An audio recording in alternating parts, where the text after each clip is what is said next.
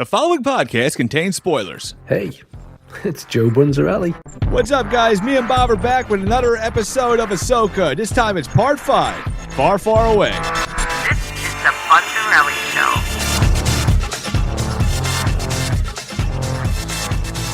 Yeah, why is Sabine there? Why did they bring Sabine into this off the ship? Sabine is there because she made the deal with Balin, right? Which was just give him the map, just not to give me the map. Give me the map, and I promise you'll see Ezra alive. Had she have shot the map and done the right thing, but Balin would have killed her, and then that would have been the end of it. Now, I thought they knew where to go anyway. Didn't he say that? No, because then there would have been no. Remember, Ashoka lifted it off, and it stopped. It didn't finish the upload. Oh, okay. Remember, he put it back, and it completed, and then he puts the lightsaber in and goes, "Nobody's going to follow us," which is why Ashoka talks to the whales. But yeah, that's why she was to there. This thing. That's why she's there. Yeah. So then they get to this planet, which people know them, which was surprising. So I'm like, oh wait, isn't this the first time they've left this galaxy in thousands of years or something? Yeah. You know, but yeah. So I just thought it was funny they brought her in. I just expected her to be sitting in the ship. They do their evil thing, and then it's like, all right, let's bring her. You know, I don't know. Yeah. See, well, you know what? A lot of it's confused, which is why I kind of like to see your perspective when they throw stuff at you, because like, how much is Bob into this getting and not getting? But you've been invested in the story. But like those Dathomir witches, even from the history I know, at that point they say, "Oh, we're from this world. The Dathomir witches used to ride the whales back into the other galaxy. They were the first to tame the whales and drive back and forth." She's a descendant of those witches. She talks to the witches, even though. So those witches are from Rebels and Clone Wars, which is kind of cool. The Dave Filoni was like, "Hey, I'm bringing in these things too." Like it was like deep stuff we didn't think he was going to do. But the other thing was like, it was cool. And I know all the Rebels fans and Clone Wars fans, I'm watching the reactions. I'm like, "Oh yes, you're doing the Dathomir witches. Oh yes, you're doing the Dathomir witches." And I'm like, man, I wanted to see like a giant eyeball. Like I wanted to see something that had nothing to do with anything. You know what I'm saying? I wanted to see like it not was another cool. planet, not another Star Wars looking planet. I didn't want to see them there. I didn't want. If you wanted to do the Dathomir witches, doing somewhere else. Now it does tie in something because it gives the Dathomir witches a little history for somebody. Like I said, I don't know with somebody who's not into the cartoons. Like it's their first, their first thing with these witches. But I wanted to see, I wanted to see like some Ninja Turtles or something, some crazy stuff. Well, it did have the witches did have a different look, like the aura when they met with them at first. It did have a crazy different look. I tell you, it was. I skipped ahead to the one part just because it was funny, but all in all, the episode was cool as heck. Yeah, but I was getting lost on the story a lot. Like I kept stopping it and rewinding it a little bit, and then I was like, "Well, let me just stop doing this. Let me just watch it, and then either I'll watch it again." In the moment. Either I'll watch it again because also I was just tired last night and I had a rough time with it too until the second time. Yeah, I kept I was gonna watch it a second time and I couldn't. Stuff came up. Yeah. But when she goes all Mandalorian, how cool is that? Yes. Like I forgot. It's like, oh yeah, there's a Mandalorian here. Yeah, she did she did a cool comment like Mandalorian. It's like the appetizer, Mandalorian, lightsaber. But and like the Mandalorian stuff was cooler, especially she doesn't have the helmet. You're not expecting it, but she's a fully trained Mandalorian. Yeah, that stuff was great. How about this shot where I rewinded, watched it 4 different times, where she turns around and shoots the one guy? Yes. Yep. Oh, that one shot. And I saw one where she blocked her face because she doesn't have her helmet. So she instinctively blocked her face with the because you forget the Beskar. And we've been but once again, even if you're from an outsider, you're an insider, but us knowing the Mandalorian in and out, like we hear the ping ping, or like, oh yeah, Beskar armor, like hell yeah, those little inside things help. And that's how I am with the other stuff. And it's it's cool because we don't need to cover Beskar. Yeah, we know all about it. And for Mandalorian stuff, it's not like it's an old reference or it's a reference to a cartoon that's unrelated. It's I think of all these Star Wars shows being on Disney Plus and being consecutive. It's Star Wars the series. This season it's Mando. This season it's this person. You know what I mean? Yeah. Someone is jumping into this season fresh just because they just now got turned on to it, maybe. But nobody's thinking this is the first, like for the references for the Mandalorian thing. I don't think that that's like how if there's a reference to the cartoon or something, someone, it's jarring or whatever, someone doesn't know it, which they handle it well. But I think anything like Mandalorian, we're expected to have seen the Mandalorian. I think of all the Disney shows as like one Star Wars series. You could jump into one and be okay, but for the most part, it's like you're watching. It's expected to be known. But it's cool because it's not even just me being senile or whatever, but because so many things are going on, you just forget for a second that she's a Mandalorian.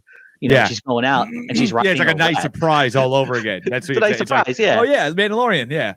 Yeah. So she's going out on the thing, and I'm just so lost, thinking like, why is she there? What's going on? Trying to like remember what's going on, and then all of a sudden, Mandalorian stuff starts happening. Yeah. And it was just awesome. Just loved it, and like the cinematography of like that one shot and the blocking and a few things that shows you too. Like you can see why it's hard for TV shows to be as good as movies.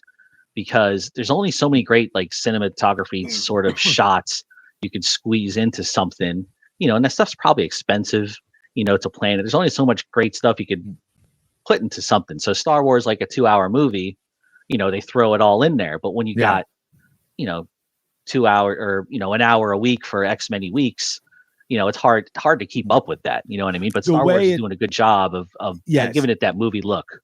The way it should work is the other stuff should accentuate it and make it better, but you shouldn't be lost. You know what I'm saying? Like you shouldn't feel like, what do I not know here? It's got to be like, if you know more, it's a bonus. Like even the way they presented Luke Skywalker in The Mandalorian, it should have been like, even if you didn't know who Luke was, you're like, oh, this is a badass Jedi coming in. If you never, for some reason, you know who Luke Skywalker was. Oh, yeah. You know what I mean? Or if that's true. I never thought of that. If you didn't watch it and he walked in, it's like, I know this seems important, but I don't. Yeah, but who would be watching it? But he's an awesome Jedi choking a robot. So he's be like, oh, who's this guy? George Lucas said it about the Emperor. He said to somebody when they were doing the trilogy, I forget exactly who, but he says, and he said it to Dave Filoni when they were doing it to cartoons. He said, we're going to pretend this might be somebody's first Star Wars. So we're not going to give away that Palpatine is the Emperor.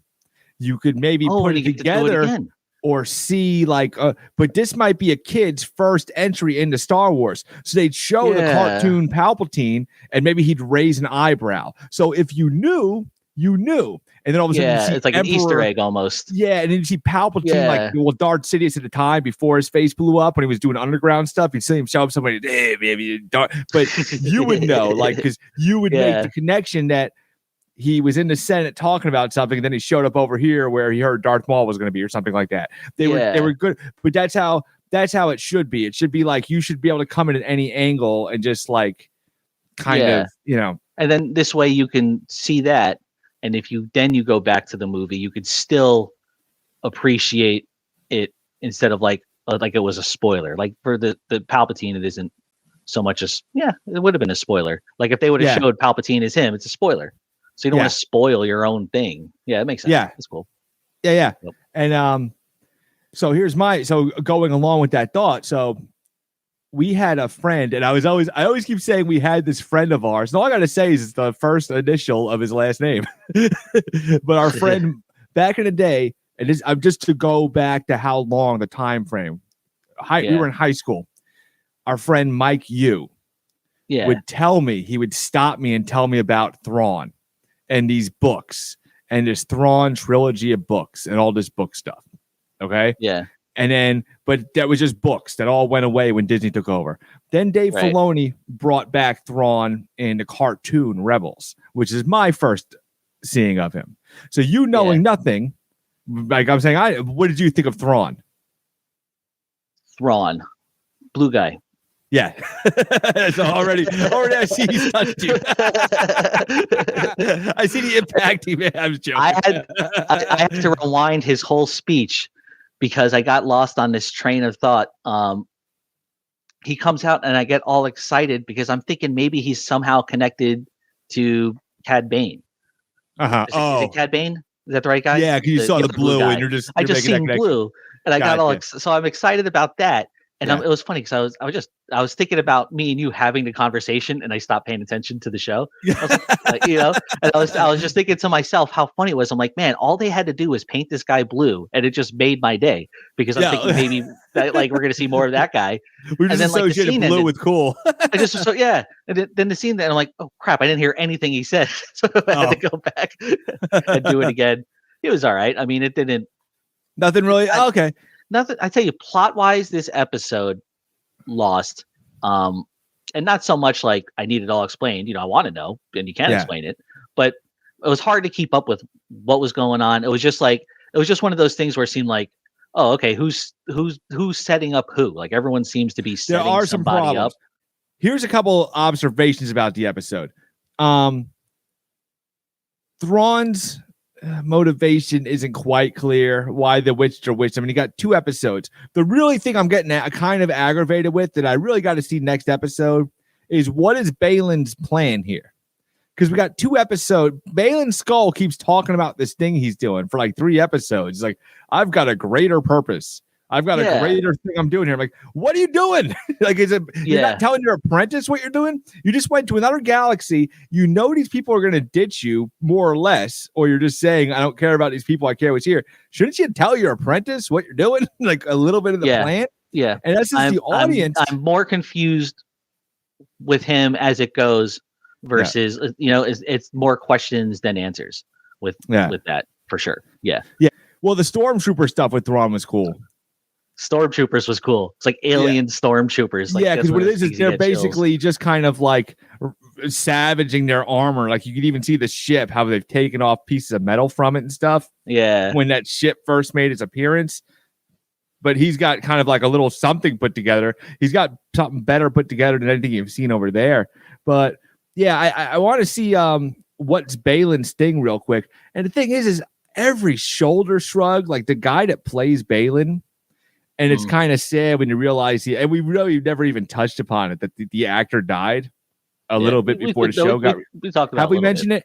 But it's like it's because the whole thing is like it gives it more. His performance, whatever he's doing, is so awesome. Like every shoulder shrug and sigh you read into. Like when the wishes go, she reeks of Jedi. You see Balin's skull like. Jedi. I don't see any Jedi. But there's all this like the shrugs, like that. It's like the coolest. It's a shame unless he dies in this show. But it's like it's a shame the show is going to lose him. He's such an awesome. Like he would go down as like in Darth Maul, Darth Vader, like an awesome character. You know what I'm saying? Yeah. He's just the character and the actor. It's really cool. But it's just every time I see it, like, dang, he's so good. And once you know. It's such a shame. The guy's massive. I don't know if it's just the camera work they do on him. Well, he played in Thor. He was one of the Thor's entourage. I can't remember exactly who, but some dude with a beard and an axe or something. Yeah. Yeah, I think I could picture him. Like Lady Sif and all them. He was one of those. I can't remember exactly the character's name, but yeah, he's been. But it's like I don't know. Like he says stuff about the Jedi and the temple and stuff. Yeah. Speaking of Jedi, Ezra. We found Ezra finally. Yeah, after found Ezra.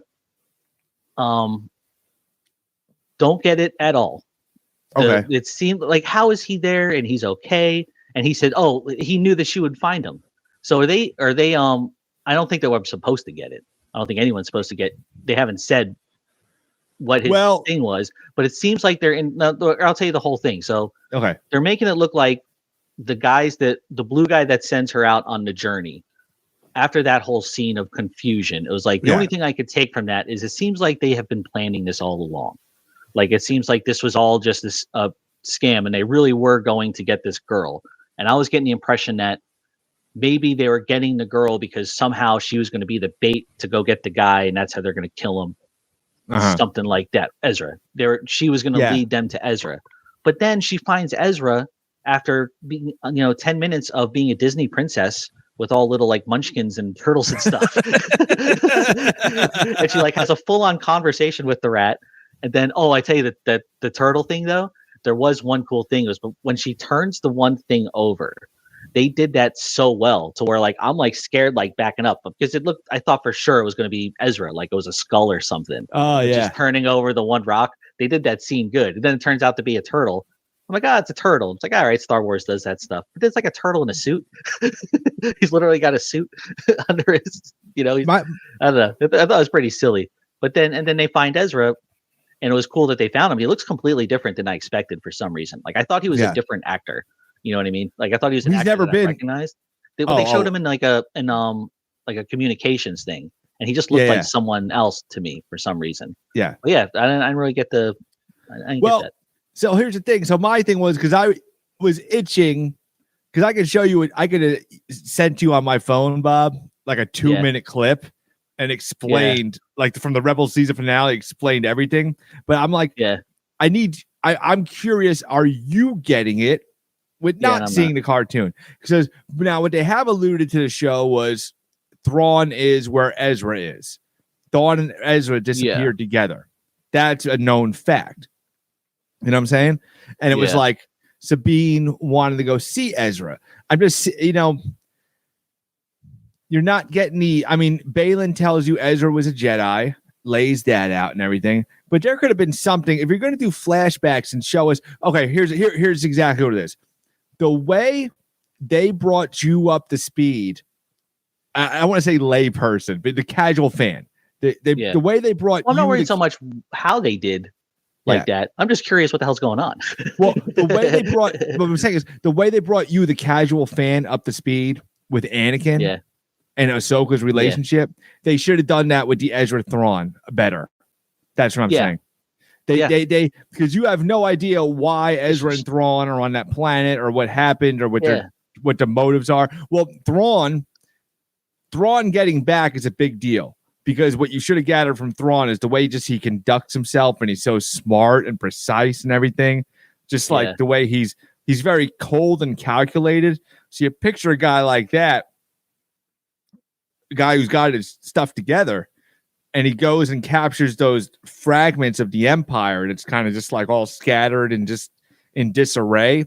And you get this guy, which may happen. It may lead into a future thing, but he's the guy that could be like the last stand of the Empire. You know what I mean? Like he's like, that's the whole heir of the Empire. If he gets back, and that's the real question. If he gets back, it's going to be big. I think if he gets back, I have a prediction. Here's a prediction I'll put out in the internet. But if he does make it back, you're going to see like a scene of like Luke looking up and Grogu looking up, like the big disturbance of the Force. Like, it's going to shatter the Star Wars universe. If that's moving forward, will lead into Dave Filoni's movie. Grogu could show up because, like, you sent me the one thing, reminder with the Grogu seeing when they went to warp drive. Grogu was seeing the whales on the side. The shows, these two shows are taking place at the same time. Maybe I didn't Grogu's think that. Seeing him, and maybe they go over there.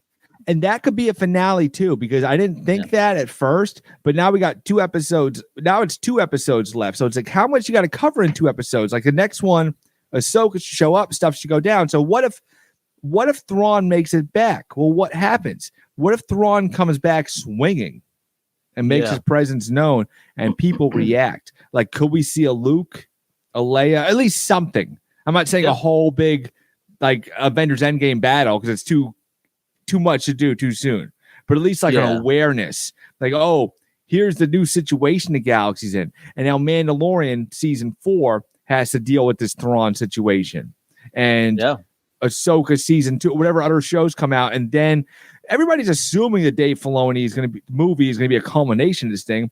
Another rumor is coming out is Dave Filoni might just do a live action Clone Wars because that flashback he did with Anakin was so awesome. You and me were talking. You're like, that Anakin. That was another thing with this episode. You know what was really? You're coming down off the Anakin thing.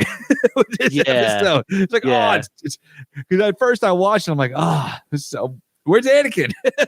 and it was okay. It was okay, and it's almost like if it wasn't perhaps doing the show, and I even said to myself, I said, I just forget about it, not think about it so much. But it's like, okay, we're gonna be talking about it, and I don't get what the hell's going on. You know what I mean? But it was still cool. Like, it still had its Star Wars stuff. It had great fighting.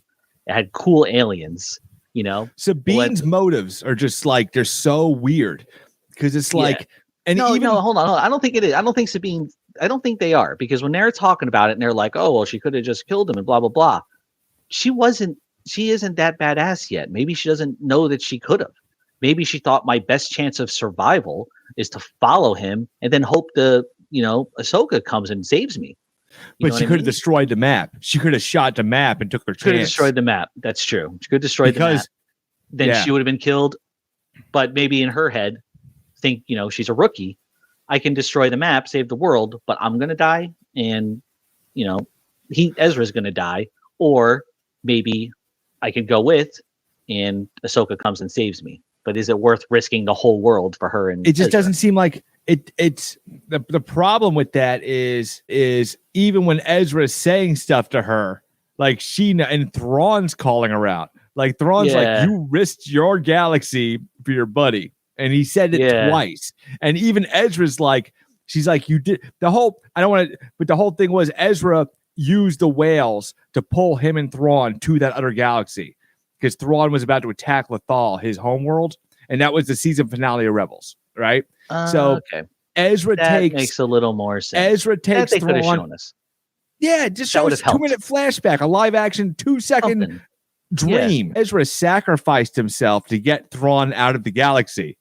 And he's telling Sabine, hey, it worked, didn't it? Sabine's like, yeah. And also like, I can't wait to go home because I got Thrawn out of here. Like, it's gonna be great. What is the ending of this that Sabine thinks is gonna be good? It's gonna be some interesting conflict. Yeah, it reminded me of was one of the the Las Vegas movies where George Clooney and Brad Pitt and all the Ocean's 11. It's like every single thing. It's like, oh, you think this guy did it? Oh no, we're tricking you. Oh wait, we're tricking you. Like it kept like going back and forth. Like everyone's like this. We're gonna leave them here. We're leading them there. Oh, we're all betraying each other. Oh, what? Yeah, everyone's betraying each other. Yeah. It's a little silly. Now there is one excuse I give Sabine is Baylan Skull refers to like your family died because Ahsoka didn't trust you, right?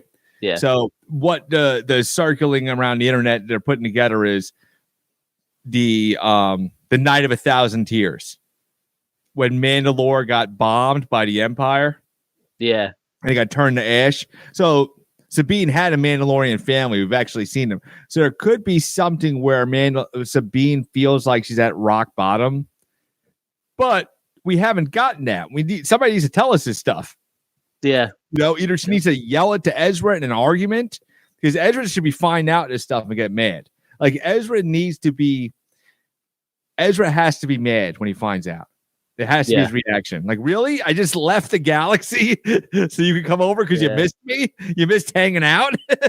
Yeah, we'll see how it plays out next time. So we'll be there. And Bob, thanks for being here. Hey, buddy. Hey guys, thanks for watching. If you like the show, make sure to subscribe. We're on YouTube as well as all your podcast players, and you can find all the links you need at bunzarelli.com. We'll see you next time.